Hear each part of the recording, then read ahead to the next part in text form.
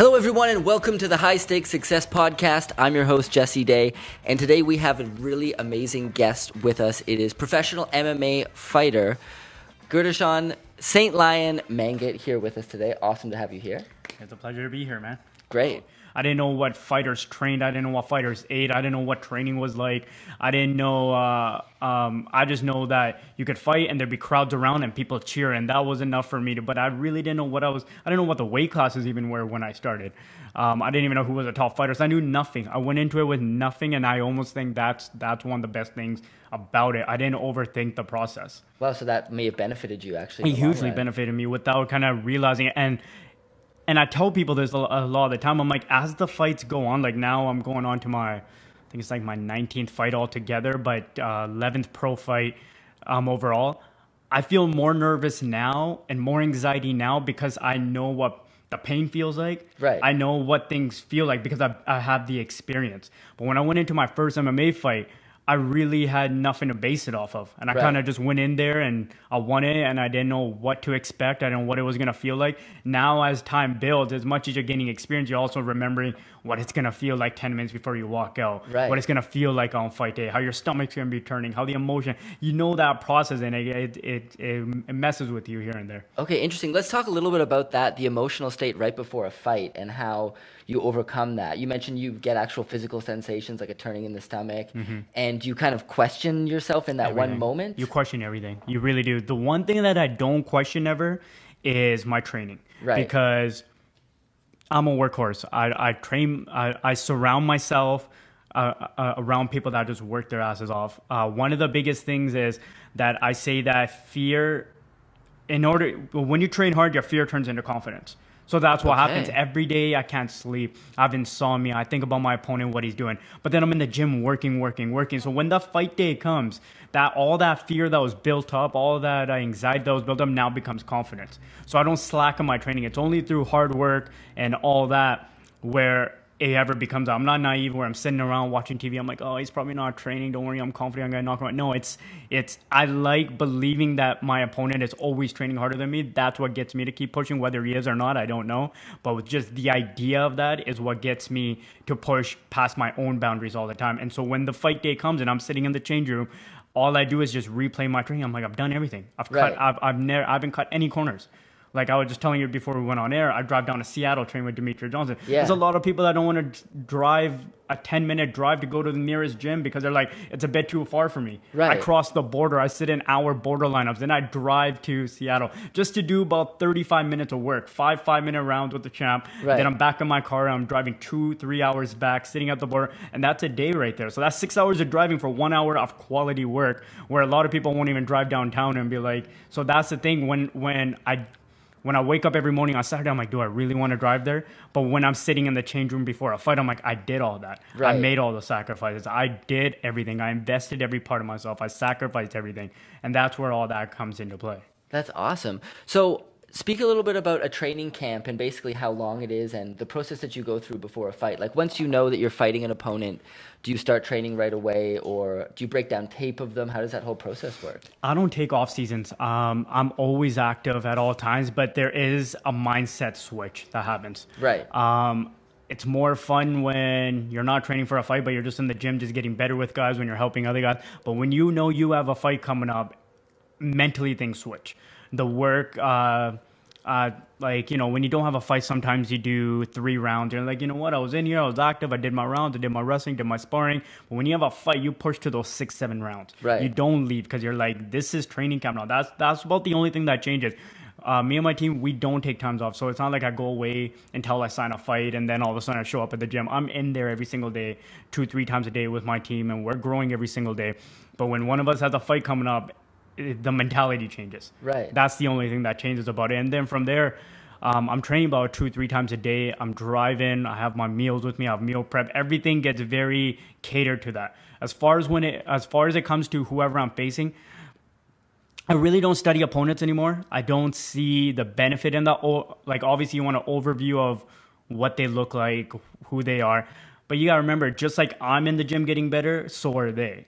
So I can't base it off of a fight even 3 4 months ago, because I would go back and study my own fights instead and see what he's looking for and beat him Right. to the punch of what he's looking for. I don't care what he's doing. I want to see what he might be looking at me by studying myself. So I'm always overall trying to just round myself up, not base it off one opponent, be like, oh, his stand up's not that great. I guess I'll focus on kickboxing. No, overall, I work all aspects: conditioning, wrestling, jiu-jitsu,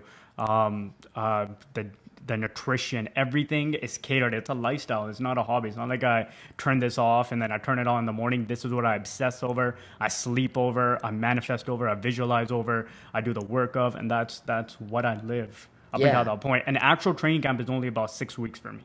Like Okay. where it really kind of turns up. I've noticed that I don't need the long ones anymore because I'm in training all the time. Right. So if I have more than that, then I'm mentally burnt out a bit. Just constantly think about the same thing. 6 weeks is enough for me Right. usually, and that's when I peak perfectly and stuff like that. I'm still ready to go to the fight and stuff like that. I don't feel like it's been dragged on, and I like that a lot better now. Hey guys, welcome to the High Stakes Success Podcast. I'm your host, Jesse Day, and today we have NASCAR driver Alex Labbe joining us. How are you doing there, Alex? Pretty good, pretty good. What about you, Jesse? I am doing great. I mean, you're never. I don't think you're never in shape enough. It's just like any other sports. If you're really, on the best of your shape, and you can stay focused for all your race, every single lap, every single corner, you can be 110%. I mean, that really helps compared to a guy that's not as healthy and is not as in shape. And like 3 quarters in the race, he's starting to give up. Give up speed on the track, and the guys are working all week to get the car prepared, and they're busting their ass to get everything perfect. So I mean, if you're in the car and you're 50 laps from the end and you can't even drive it to what it's capable of, I mean, it's not doing your job right, I think. So how about the heat? You said the heat is very intense and that's a big part of it. So how hot does it get in there, and is it crazy uncomfortable? How do you deal with it? Yeah, it's pretty uncomfortable. I mean, it depends. Like at this time of the year, when the season starts, it's not as bad because temperatures are a little cooler. But when you get in the middle of summer, like during a month of, mainly like July, June, end of June, July, and it's pretty tough. I mean, you gotta be in pretty good shape, really good, and really well hydrated too, because you gotta deal with a lot of heat, and that's tough because you sweat a lot and you lose you lose a lot of energy. I mean, you got you got to be pretty healthy, especially at that time of the year, because there's a lot of guys that sometimes they pass out because they're fully dehydrated. So you got that's probably the worst part of the sport, the middle of the summer, to deal with the heat, because you lose a lot of water during those races. So people are passing out in their vehicles, basically? Yeah, some guys. I mean, it already happened. Some guy just did an accident, just passed out and hit the wall. That's pretty bad. And sometimes like guys just pull out because they feel like they're really close They're to about pass to out, pass and out. they pass out just right when they get in the pit. So it's pretty bad. It's pretty tough to deal with the temperature, I'd say, during the middle of the summer. Wow. Have you ever had that experience where you felt like you were getting a little lightheaded and that maybe you should stop?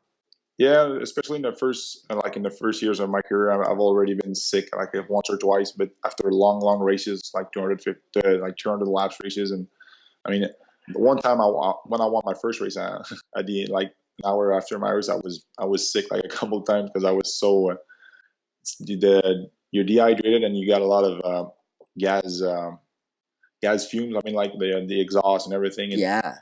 that's what's tough to deal with. I mean, there's a heat and there's the gas all the way, all the gas, the smoke from the exhaust and all that stuff. It's pretty tough to deal with because everything you breathe is not good air, and it's hot, so it's tough sometimes. That's like I was saying, that's really the tough part about it.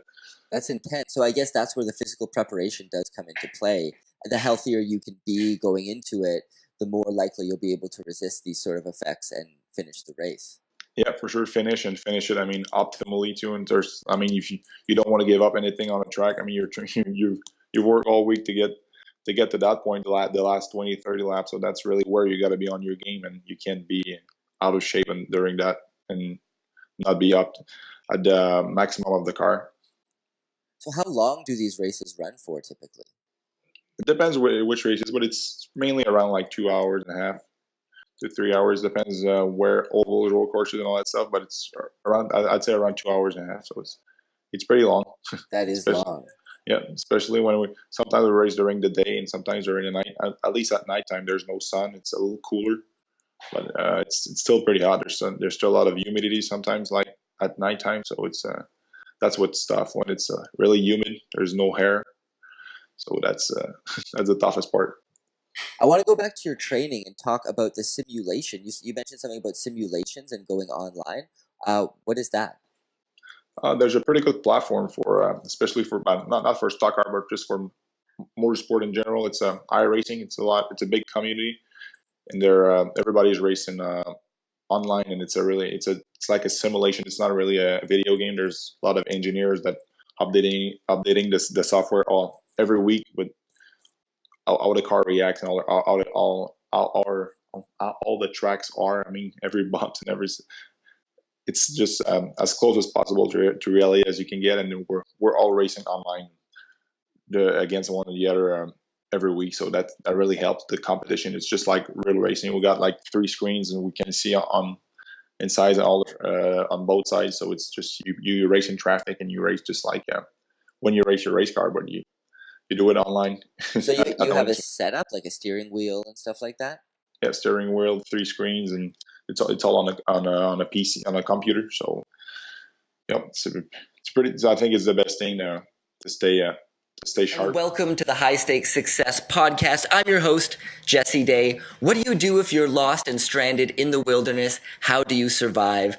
I can't think of a more high stakes situation than that. So we've got a very cool guest on today. We have Nick Buck, who is a wilderness survival instructor as well as a professional mountain guide, to talk to us all about wilderness survival. People have sat down and died. It's as simple as that. People have given up. Some people give up before they leave the house each morning, and some people are just very negative.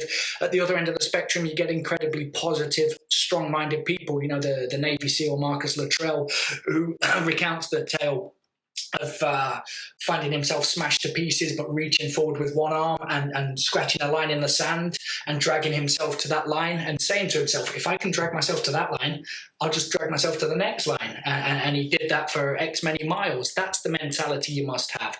The sort of not dead, can't quit mentality. That coupled with the ability to remain calm, cool, and collected and assess a situation and think about it rationally. Assess what are the challenges presenting themselves to me.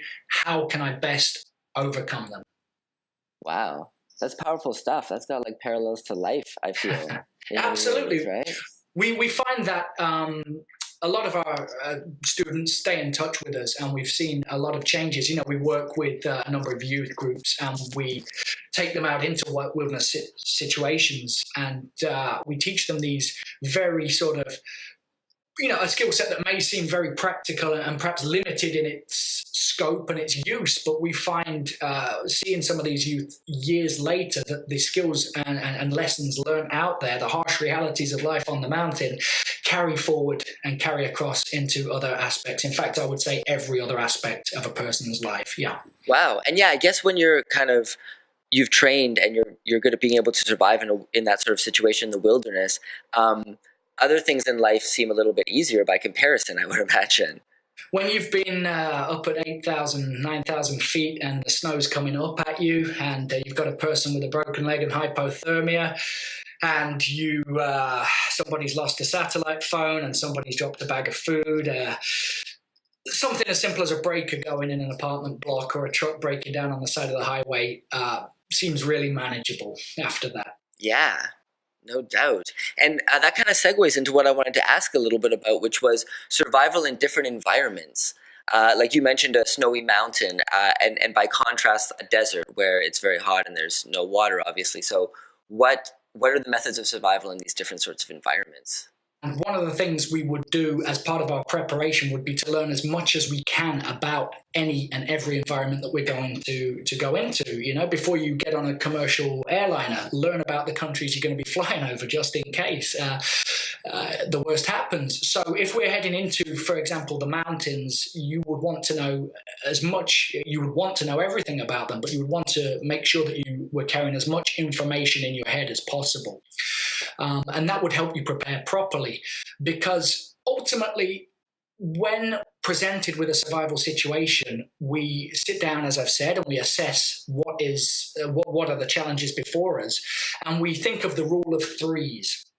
And the rule of threes is a little memory technique to help us prioritize the way that we are going to beat these challenges, meet the challenges, beat these enemies that are up against us. So most folks have got an idea in their head that they're going to either be attacked by a grizzly bear or starve to death. And statistically, unplanned wilderness scenarios don't end through starvation or animal attack.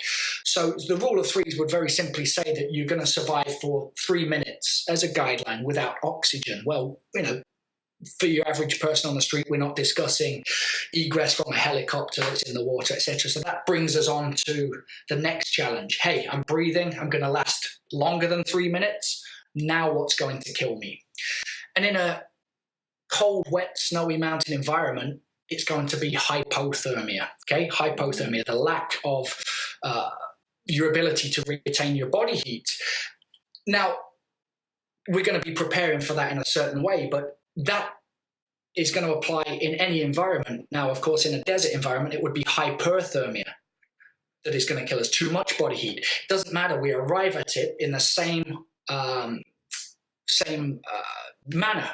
We arrive at it. It's the first priority is stabilizing and controlling our body temperature, maintaining proper thermoregulation. For example, in a mountain environment, you're going to want to be able to erect a shelter within 5 minutes and to start a fire in the next 5 minutes. Okay, within 10 minutes, you ought to be able to erect a waterproof, windproof shelter that helps to create a microclimate and a fire. Those two things working properly in conjunction with each other are going to allow you to survive longer than the 3 hours, which is the next aspect of the rule of threes, that hypothermia would render you up the creek. Hey guys, here we are on this episode of the High Stakes Success Podcast, and today we have a really awesome guest. It is Scott Schiffner. He is a bull rider, and he has been voted Cowboy of the Year here in Canada, as well as a bunch of accolades, including Olympic bronze medalist and so much more. So we are now joined by Mr. Schiffner. How are you, sir? It's really changed over the years, and I'm one of the few guys that can say this for how long I've been around is, when you're younger and that we're traveling and we're getting on, and the biggest issue with us is we're sore and injured a lot of the time. So training becomes a challenge, right? Because you're always trying to protect something that's injured and that, but we still do it. And now my training is very heavily on cardio. We'd go to the gym and that, but we're not big into lifting weights and that, the PX90 stuff and that. We do a lot of stuff like that, right? Because it's all about staying, limber and moving around and just being able to handle our own body weight. But we always have to adapt to something that's sore or something to this and that. So it's a little different that way. And it definitely has progressed. Bull riding has become a long ways where guys now actually do treat themselves as athletes and go, where years ago they didn't. We just went and got on and got in a vehicle and went to the next one and had a beer and got on the next one and away you went, right? So it's evolved and it's got way more professional, which is a great thing. Yeah, absolutely. And the reason it's come that far is, you asked too about the bulls and that.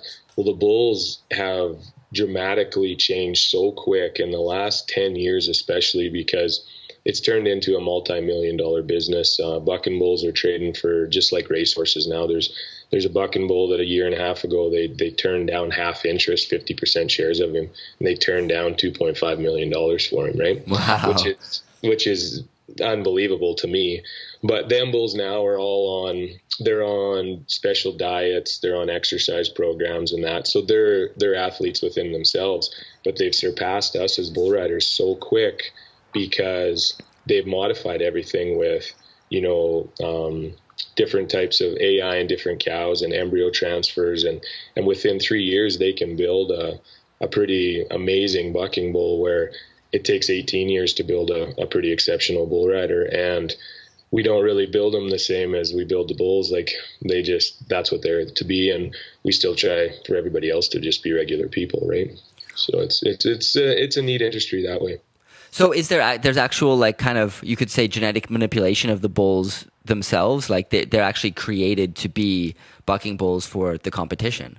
Exactly. It's just exactly like the racehorse industry, it's just right. Like that. It's, what they've done is they're not, I wouldn't say like modifying them, taking this and that, but they're taking semen from the best bull and putting it in the best cow and definitely controlling what offspring is coming out. Right. And then when they find a great mix, what they can do is they can take one cow and what they call flusher and get 10, 12 embryos and then put that semen in there. So they can get a crop of 15 to 20, calves, all identical, all full brothers and sisters out of one cow within 1 year. So that really pushes the envelope. Now, we are an audio and video podcast. You can find us on YouTube and iTunes and everywhere where podcasts can be found online. We'd really appreciate it if whatever platform you are watching us on, you do give us a rating, a like, and a comment about the show. We'd really appreciate it. And as always, you can find us at highstakessuccess.com. So stay tuned next time for another amazing guest. And remember, when the stakes are high, success is the only option.